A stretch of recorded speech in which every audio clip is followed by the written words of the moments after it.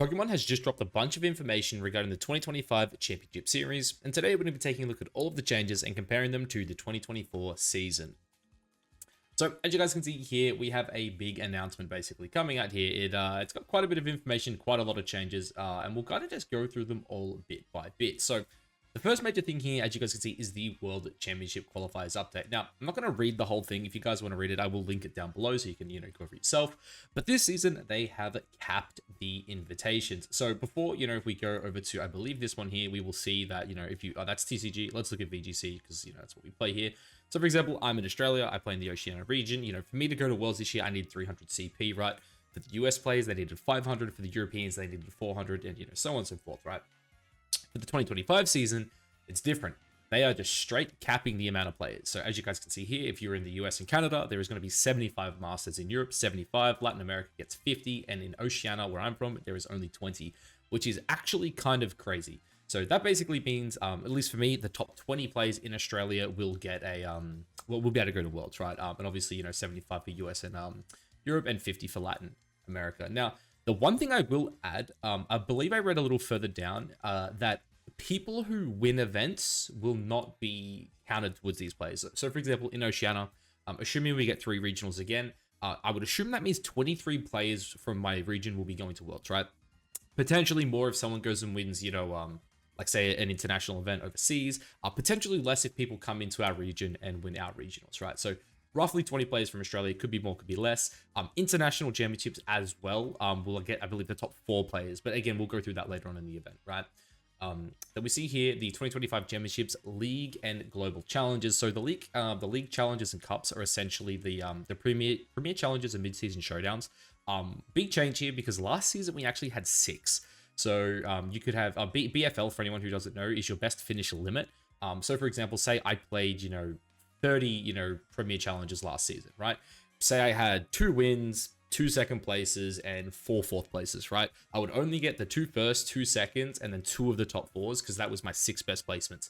So now for the challenge cup and the challenge and the cup, you only get your top 4 placements now, which I do think is good. I think it's a bit of a nerf to locals. Like I know I had people at locals who just basically just filled it up, right? Just 6 firsts for both the premier challenges and the mid-season showdown. So I do think lowering it down a little bit is a good thing, especially for some more highly contested regions. But in saying that, it's definitely going to be harder to gain CP because of it, right? Also too, as we can see here, you are getting less points as well, right? So if you win it, you get 15, where I believe if we check here, it was last season you got 30 for a win. So right there, they've just cut the points in half, and mid-season showdowns now are 50. Does it actually tell us what we get here? Okay, so mid-season showdowns are still 50, or the cup, which is the new equivalent of it, which is good. But yeah, I mean, like looking at this too, it's kind of crazy that like, what, you would have to have 65 players. Like this is probably never happening in a local. Like my biggest locals I've ever seen was about mid 30s, and that was like start of the season. So I guess it's nice that you can get some points there, because I don't think you got any points here, right? Oh no, it was the same thing. Okay, like if, yeah, all right, that's not too bad, I guess. Oh, actually no, you needed 80 players for that. Hold on. Okay, yeah, so they've changed it around a bit. So I think more people will gain CP by the looks of it. But yeah, Premier Challenges definitely got nerfed. The mid-season showdowns are still fine. But the big one here, I guess, is the VGC Global Challenge.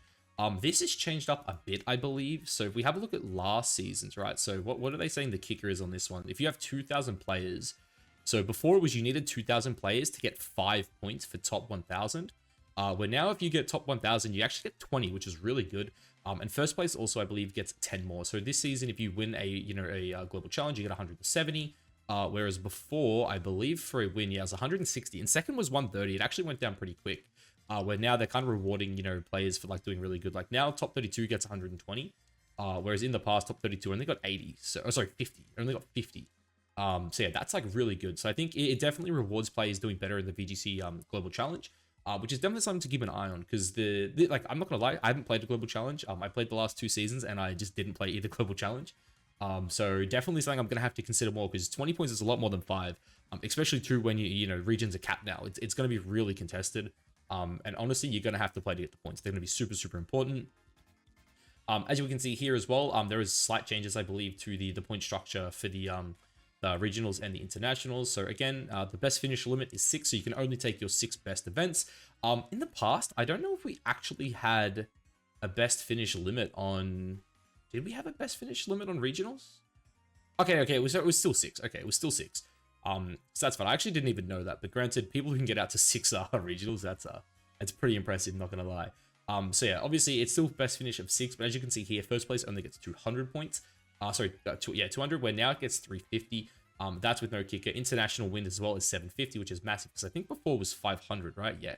So there's a lot more points for winning an event. And it honestly like kind of scales down pretty quickly anyway. Like, for example, in my region, most of our events are always going to hit 129 players. So it's like getting, I guess, top 64 for 100 points is still really good. Because like if you had that before, like what, you're only getting 50. So it's like double there. So there's a lot more points to go around at regionals. It really puts a lot of emphasis, I guess, on regional placements now. Like, because it really felt like, at least for my region this season, that if you played locals and did well at locals, you were just going to gain points, right? Like, for example, my season, I had pretty poor results at locals this year. I had like some pretty decent ones, but realistically, I think I had 2 top 2s and then like a couple top 8s, and that's what kind of rounded out my locals, where for me, at least at regional championships, I only played 3 regionals and I got top 32 twice. I think it was 21st and 22nd at 2 of the regionals I played. And realistically, like if you look at that now, right? Ooh, what have I done here? So I apologize there, a bit of technical difficulties. But yeah, so for this season, for example, if you have a look, right? For me, you know, I had, where was it? We would have had something like this, yeah. So for me getting 2 top 32s at regionals, I got 60 points, right? And then people who got top 64 got 50, 128, you know, got 40. So it's I don't want to say it's like disheartening, but for me getting 20th and only getting 20 more points than the person who got like 120th, to me it did feel a bit unfair. Especially too, like if you know these people had like better, you know, showings at locals than I did, but then just like didn't show up at the big events. Whereas now it's a bit different, right? So like if you get that top 32 now, right, you're getting 125 points, which is still 45 more points than the you know, the people who are getting that top 128. So I do like that they're kind of spreading out the points a bit more, and it's not as easy to get points just from getting like a decent result, because like chances are anyway, if you're getting like top 64, you're still going like 6 and 3 at these events. And if you're getting like top 128, you're still going probably like 5 and 4 at worst, right? So like it's still not bad to reward these players, because like obviously going positive, you deserve some points, but I definitely didn't like that, you know, getting top 32 and then top 128 was like only 20 points difference. Like, especially when you're playing events where it's only 250 players, it's like, oh, I was like, you know, I was a top like 8% player at the event, and these people were like a top 50%, and the points were very, very similar. So I do think that is a very good improvement. And of course, the international events here, I mean, this is so many points where if you get like top 4 at one of these events, I'm sure you're fine.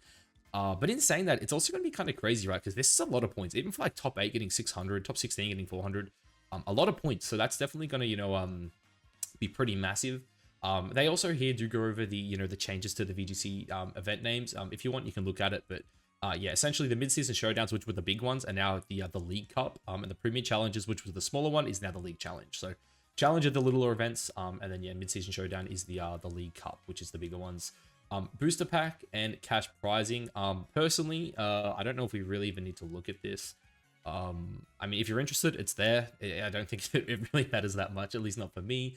I don't think money changed that much. I had a brief look. To me, it seemed like money stayed the same, at least for VG. Because if you have a look here, I'm pretty sure, yeah, that like 5k for a win was right, 750 for top 16 was right. International, this all looks the same to me. And Worlds, I'm not too sure about the Worlds pad. I haven't really looked at it. But yeah, and then there's like also this one here as well. The Travel Prize Award. This one was really, really interesting because it looks like more people are getting payouts, because in the past, right, it was like only top 4, I think, got Travel Award, at least in my region. Now it looks like top 8 is getting some compensation. I could be wrong about that. It's not on this one. Is it on this one?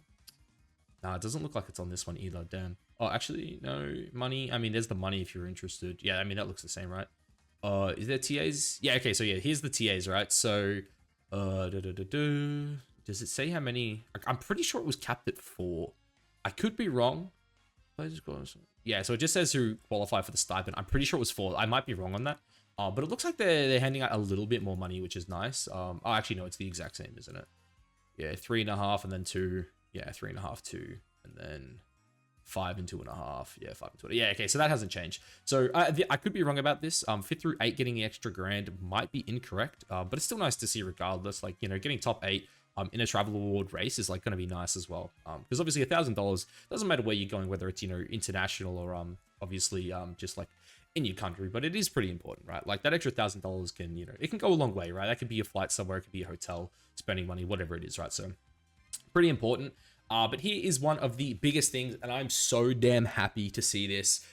This is the adjustment for the Swiss tournament. So again, we've seen some pretty massive events, right? Obviously, these massive numbers are more so for TCG. For VGC, we're probably never going to really see anything above this 10, 20, 24, unless like they really go for it. But this is kind of crazy, right? When you look at this, right? Even like these American events, right? All of a sudden, day one, having like 8 rounds of Swiss. Maybe I should explain this better. If you have any more than 120, 28 players, you will have day 2 Swiss now, which is huge in my opinion. Absolutely huge. It also was really good as well for smaller events, cutting down their day one. Like, for example, this year at Melbourne, I played 9 rounds of Swiss before going into day 2. Where now it's like, okay, you play 7 rounds of Swiss. I'm assuming like day 2 Swiss is probably going to be like, you have to be 5-2 minimum to go to day 2 of Swiss if your numbers are this low. Obviously, the bigger it gets, you probably have to be 6-2 to go here. I'm pretty sure like X2 will basically be day 2, right? Probably goes into it down here as well. But yeah, this is massive. Having day 2 of Swiss, I think, is going to be really, really big. And then as you guys can see here, there is a bit more information on it, right? After all Swiss rounds complete, the top 8 competitors plus all competitors with the same number of match points as 8th place to the maximum of top 32 will advance to top cut single elimination. This is massive. I said it so many times. I'm sorry. I'm really passionate about this, and it's bloody midnight here in Australia. But like, there were events, right? I saw like, was it like, I think Michael Kelch got like 9th place with like 13-3 or whatever it was. He didn't get to play Swiss, right? I'm sorry, he didn't get to play top cut. We saw guys like Wolfie Glick, right? He is same thing. He was like sitting 11th with like a 13-3 record. He doesn't make top cut. It triggered the shit out of me, right? Because I'm sitting here and I'm just like, damn. Like, these events, like day 2 always ends early. For anyone who doesn't know, day 2 always ends way earlier than day 1, because day 1 will be like 9 rounds of Swiss normally, and then you go into like 5-6 rounds day 2, and then you go straight into top cut, right? So like these days end pretty early, at least compared to normal, right?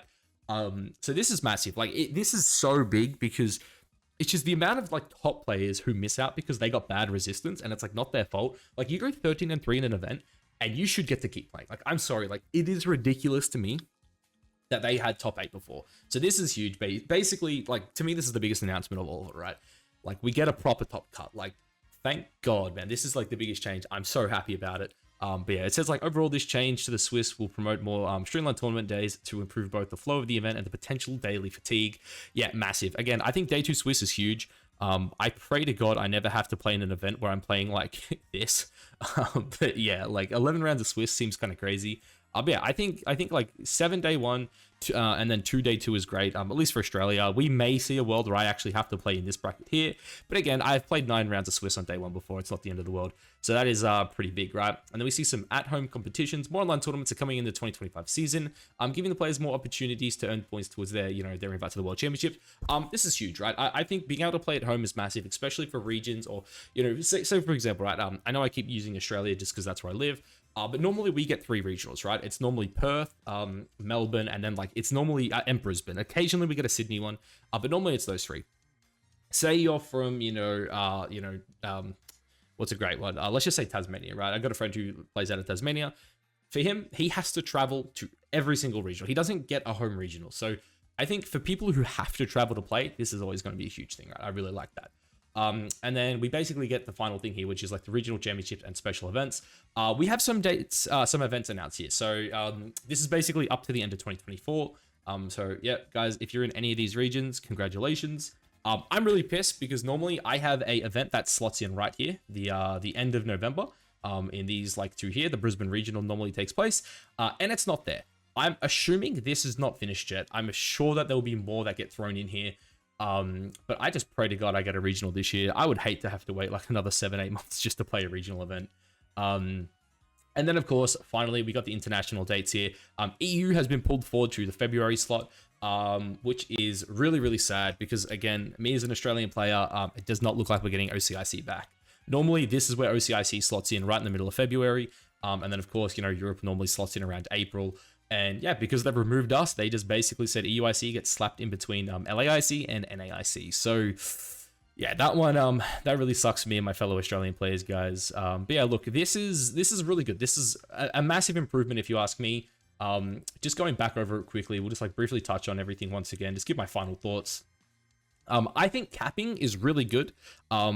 mainly because I think there are just way too many players coming like into Worlds this year. Like again, for example, I live in Australia. I think we had like 53 players qualified this year, and that's just going to get cut right down to like 20, which is kind of wild. I know it's the biggest World we've ever had in terms of players that qualify. So really cutting this back, that's going to be like what 220 players. Like I feel like NA almost has that alone probably, which is kind of wild. But yeah, it's going to be really interesting too, because it means now you have to play the full season. That's the other thing. A lot of players I know would just get their Worlds invite and then they would just take like 3-4 months off. You probably can't really do that anymore unless you're like absolutely dominating. So it's going to be really interesting to see.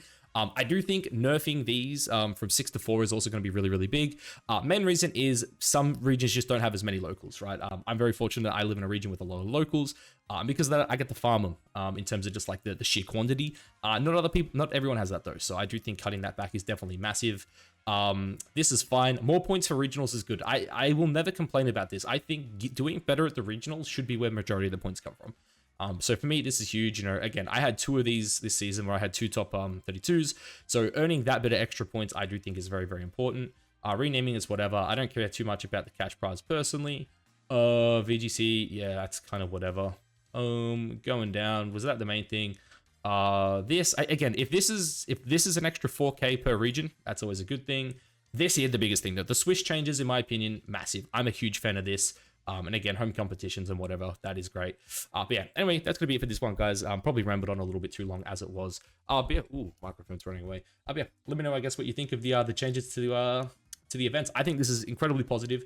Yeah, and I'm super excited. I definitely think day 2 top cut. The day 2 top 8 plus all competitors is the biggest change. For me personally, as a competitor, this is what I love to see. I hate seeing people.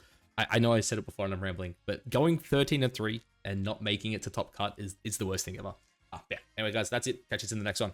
Peace.